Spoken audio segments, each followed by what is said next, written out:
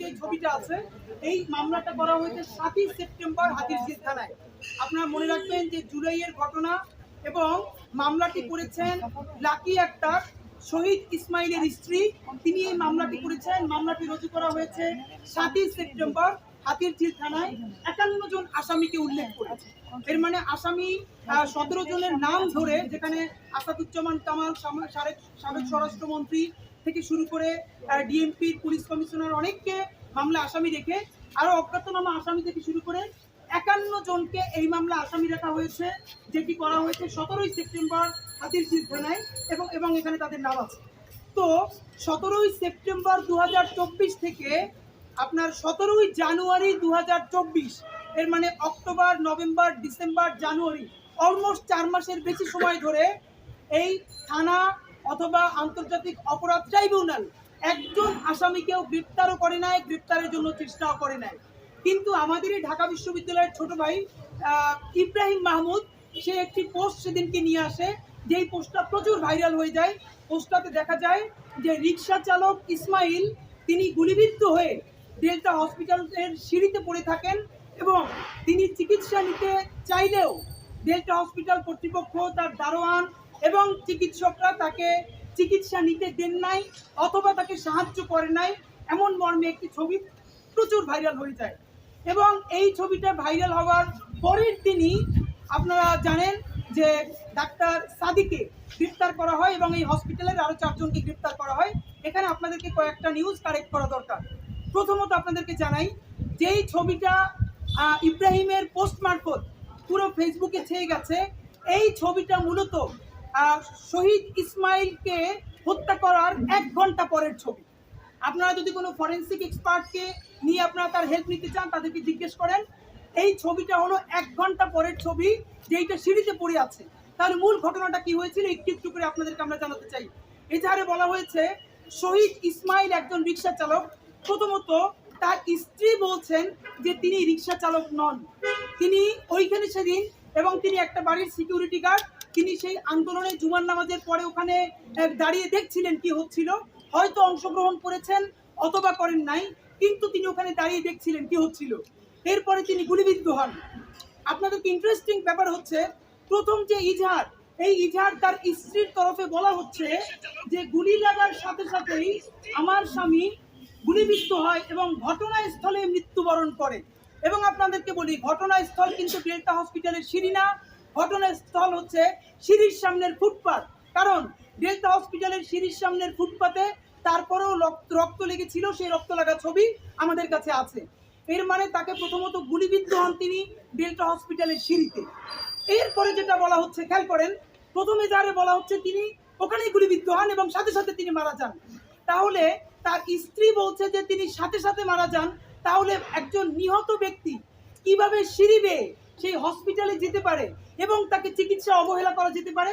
আসেন, তারপরে যেটা করা হলো 18ই জানুয়ারি আইসিটি থেকে, মানে আন্তর্জাতিক অপরাধ ট্রাইব্যুনাল থেকে যে এজাহারটি, এই ফরওয়ার্ডিংটি আছে, এই ফরওয়ার্ডিং এ লেখা হচ্ছে যে তাদের চিকিৎসাজনিত অবহেলার কারণে অপরাধ সংঘটিত হয়েছে।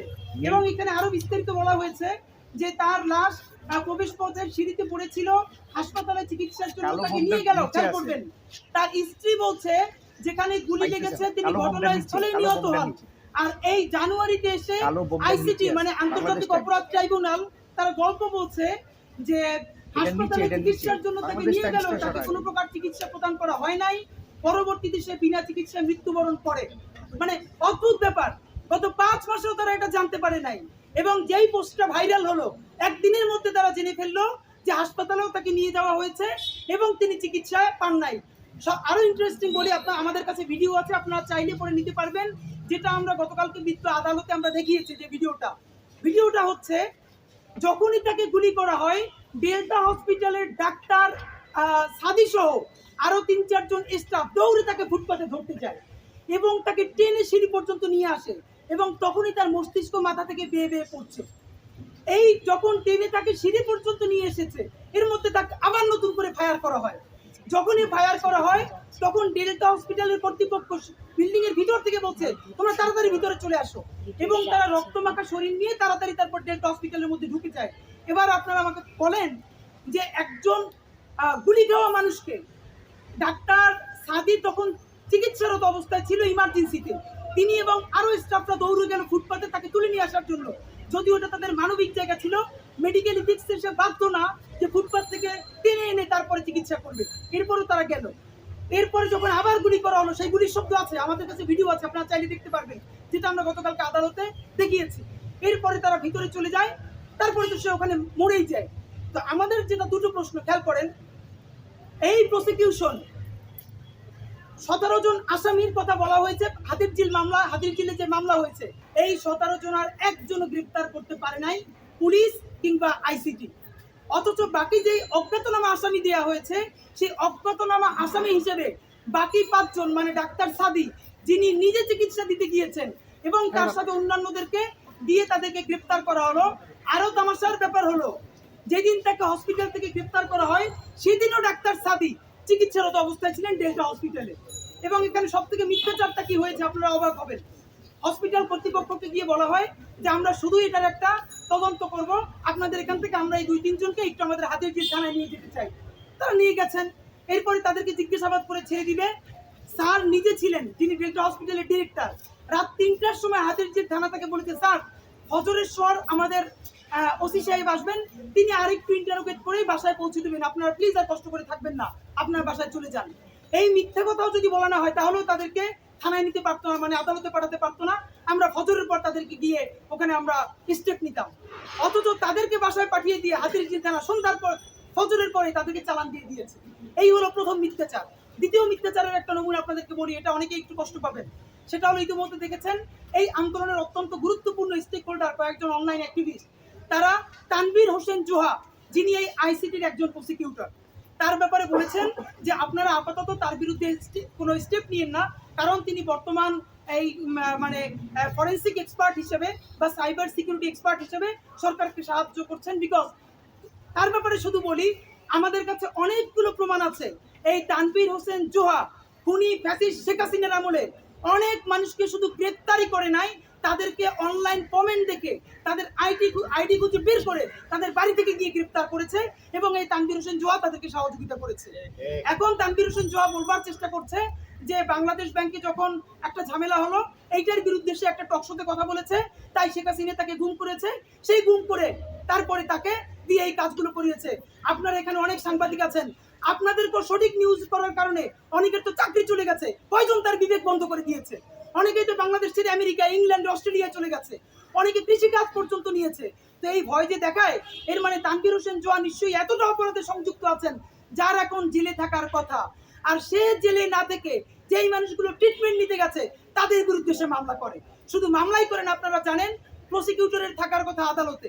অথচ যেদিন তানভীর হোসেন জোহাকে এই ডেল্টা হসপিটাল থেকে গ্রেপ্তার করা হয়, ডাক্তার সাদিকে গ্রেপ্তার করা হয়, সেদিন তানভীর হোসেন জোহা নিজে ডেল্টা হসপিটালে গেছেন। কেন ভাই? তিনি, আমাদের কাছে ছবি আছে, ভিডিও ফুটেজ আছে, তিনি কেন সেখানে যাবেন? সেখানে তো যাবে থানা পুলিশ, তিনি তো যাবেন আদালতে।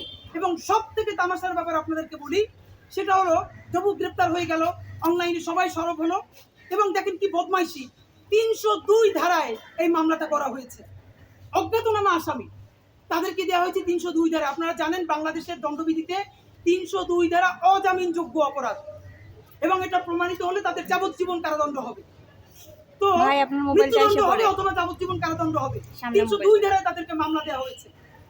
নাগরিক কমিটির পক্ষ থেকে ডাক্তার মনিরুজ্জামান, আমি নিজে, আমরা অনেকে, যেহেতু প্রসিকিউটর তানভীর হোসেন জোহা সে নিজে ওখানে এসেছিল, তার সাথে আমরা কথা বলেছি। সব থেকে বাজে ব্যাপার হলো, আমাদেরকে সে ওয়াদা দিয়েছে যে প্লিজ আপনারা তাড়াতাড়ি জামিনের জন্য আবেদন করেন, আমরা রাষ্ট্রপক্ষ থেকে কোনো এটার বিরোধিতা করব না। আমরা এই আশা নিয়ে আমরা দ্রুত মামলা, মানে জামিনের আবেদন করলাম, এবং গতকালকে সেটা সিএমএম কোর্টে শুনানির জন্য যখন উঠলো, আপনারা এটা কেমন তামাশা, আপনারা শুনলেও লজ্জা পাবেন। যখন আমাদের আইনজীবীরা শুনানি করছে, ভিডিও দেখাচ্ছে যে দেখেন তাদের ন্যূনতম সম্পৃক্ততা নাই, বরং তারা সহযোগিতা করেছে, এবং এই মামলা করবার মধ্য দিয়ে অরিজিনাল মামলাগুলোর মেরিট নষ্ট করা হচ্ছে। আমরা তো জানি যে রাষ্ট্রপক্ষ এটার বিরোধিতা করবে না, কারণ প্রসিকিউটর নিজে বলেছে যে আমরা কোনো বিরোধিতা করব না।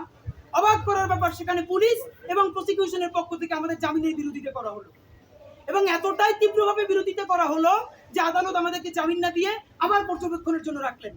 এবং আমরা আপনাদেরকে জানাতে চাই যে এই ক্ষেত্রে তারপরে আইন উপদেষ্টা নিজে হস্তক্ষেপ করলেন, এটা বলতে আমাদের দ্বিধা নাই। আইন উপদেষ্টা নিজে হস্তক্ষেপ করে পর্যালোচনার পরে এরপরে সন্ধ্যার পরে সেইটা জামিনের ব্যবস্থা হলো। এখানে কয়েকটা গুরুত্বপূর্ণ ব্যাপার ভাই।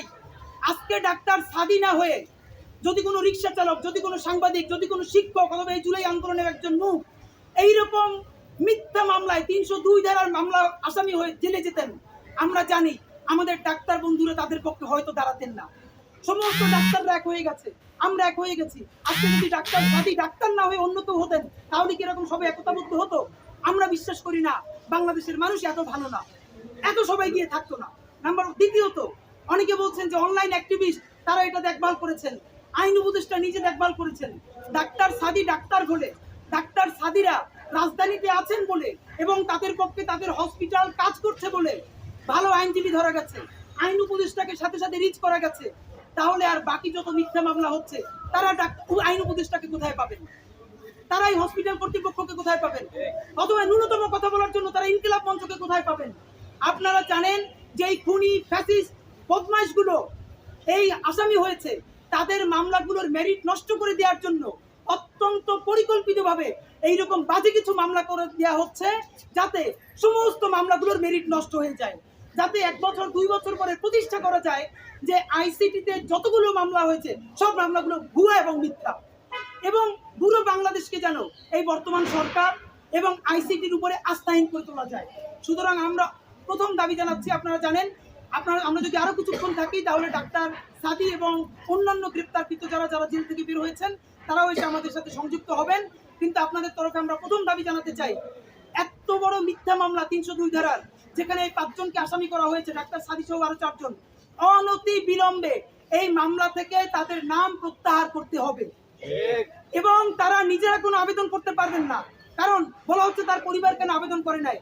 ডাক্তার সাদি এবং অন্যান্যদের পরিবার আবেদন করে কি তাদেরকে জেলে পাঠাইছে? তাহলে তারা কেন আবেদন করবেন? এই রাষ্ট্র, এই পুলিশ, এই প্রসিকিউশন তাদের বিরুদ্ধে মিথ্যা মামলা করেছে।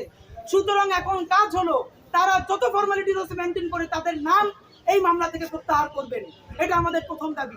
দ্বিতীয় দাবি হলো তাদের যে শুধু মানহানি না, এই যে তাদের মানসিক ট্রমার মধ্য দিয়ে নিয়ে যাওয়া হলো, এর বিচার কি করবে? নাম্বার 3, অনেকেই বলা হচ্ছে একজন অপরাধের রাজসাক্ষী হিসেবে এই জুহাকে এখন প্রসিকিউশনে কাজ করতে দেওয়া হচ্ছে। এইটার আমরা সাথে বলতে চাই, আচ্ছা জুহাকে যদি আপনারা প্রসিকিউশনে কাজ করতে দিতে চান, তাহলে একে কি এই প্রসিকিউশনের প্রসিকিউটর বানাতে হবে? আর কোনো উপায় নাই। আপনারা তো জানেন যে অনেকের বিরুদ্ধে মামলা দিয়ে জেলে আটক থাকা অবস্থায় রাজসাক্ষী হিসেবে তাদেরকে নিয়ে কাজ করা যায়। যেই জোহার বিরুদ্ধে শত শত অ্যালিগেশন আছে, যে সে মানুষকে শুধু হয়রানি করে নেয়, মিথ্যা মামলা দিয়েছে। আমাদের কাছে গতকালকে বিদেশ থেকে এক ভাই পাঠিয়েছে, তাকে এই জোহার নেতৃত্বে তাকে গুম করে রাখা হয়েছে, ডিবিতে 4 দিন থেকে আটক করে রাখা হয়েছে, তারপরে তাকে প্রকাশ করা হয়েছে। এই জোহা এখনো কিভাবে, আপনারা কি মনে করেন এই জোহা যদি এই আইসিটিউতে থাকে তাহলে আজ হোক কাল হোক, বুনিয়া সিনা যেরকম মিথ্যা ট্রাইব্যুনাল করে মানুষদেরকে ফাঁসি দিয়েছে, আজ থেকে 5 বছর পরে এই ট্রাইব্যুনালের যৌক্তিকতা নিয়ে মানুষ প্রশ্ন তুলবে না? যেই পরিবারগুলো জেলে আছে, জোহার কারণে নির্যাতিত হয়েছে, গুম হয়েছে, তারা প্রেস ব্রিফ করে বলবে না যেমন একটা ট্রাইব্যুনাল নতুন বিচার করছে যেখানে আমাদেরকে গুম করেছিল যারা, তারাও এটার প্রসিকিউটর ছিল। সুতরাং জুলাই গণহত্যার নির্মোহ সঠিক বিচারের দাবিতে আমরা চাই আজকের মধ্যে জোহাকে পাবলিক প্রসিকিউশন থেকে, আন্তর্জাতিক অপরাধ ট্রাইব্যুনাল থেকে প্রসিকিউটর হিসেবে তাকে প্রত্যাহার করে নিতে হবে। নাম্বার 2, রাজসাক্ষী হিসেবে যদি আপনারা তাকে দিয়ে কাজ করাতে চান, তাহলে আপনারা তাকে নজরদারিতে রাখুন, তাকে হোম অ্যারেস্টে রাখুন। হ্যাঁ, তার বিরুদ্ধে যতগুলো এলিগেশন এসেছে সেই মামলা যদি তিনি নিজেকে নির্দোষ দাবি করতে পারেন তাহলে তিনি এমনিতে মুক্ত হবেন। আর যদি নির্দোষ দাবি করতে না পারেন তাহলে আইনানুগ ব্যবস্থা হবে। তার আগ পর্যন্ত রাষ্ট্রের প্রয়োজনে আপনারা তাকে নজরদারিতে রাখুন। কিন্তু কোনোভাবেই এইসব অজুহাত দিয়ে ধরেন, আমরা বললাম যে আজকে ডাক্তার জোহাকে এই প্রসিকিউশন টিম থেকে সরানো হলো, এর মানে কি জোহা কি তাহলে বিদেশ চলে যেতে পারবে? জোহা কি হেল্প না করে পারবে? সে নিজেই তো অপরাধী, তাকে হেল্প করতে সে বাধ্য, তাকে হেল্প করতে হবে। সুতরাং আমরা বলছি আজকের মধ্যে আইন উপদেষ্টা মহোদয়, আইসিটি আন্তর্জাতিক অপরাধ ট্রাইব্যুনালের যিনি প্রধান আইনজীবী, সাংবাদিক বন্ধুরা আপনারা গিয়ে প্লিজ তাদেরকে জিজ্ঞেস করুন যে নিজে তার বিরুদ্ধে শত অভিযোগ আছে এই সমস্ত গণহত্যায় অংশ নেওয়া, সাইবার সিকিউরিটিতে তিনি এই এক্সপার্ট হিসেবে হেল্প করেছেন, তিনি যদি এই প্রসিকিউশনের টিম মেম্বার হিসেবে থাকেন তাহলে এইটা প্রশ্ন উঠবে কি উঠবে না। নাম্বার 2, ঠিক কোন মোটিভের কারণে ডাক্তার সাদি থেকে শুরু করে আরো 5 জনকে গ্রেফতার করার জন্য এই যে জোহা তিনি নিজে ডিরেক্ট হসপিটালে গেলেন কেন? সেখানে যাওয়ার উদ্দেশ্য কি?